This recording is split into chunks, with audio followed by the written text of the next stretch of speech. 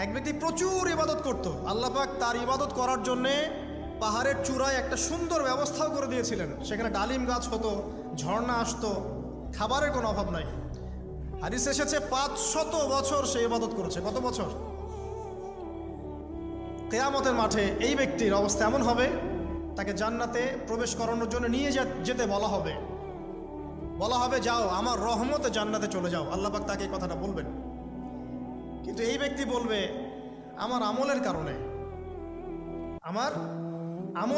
আল্লাহ পাক বলবেন আমার রহমতে জান্নাতে চলে যাও। ব্যক্তি বলবে আমার আমলের কারণে। আল্লাহ রাব্বুল আলামিন তখন তাকে দেওয়া সমস্ত নেয়ামতগুলোকে এক পাল্লায় করবেন, আর তার সমস্ত আমলকে আরেক পাল্লায় করবেন।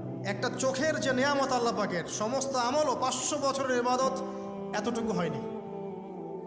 তারপর তাকে বলা হবে ওকে জাহান্নামে নিয়ে যাও। এবার জাহান্নামে যাওয়ার সময় সে বলবে আল্লাহ তোমার রহমতে আমাকে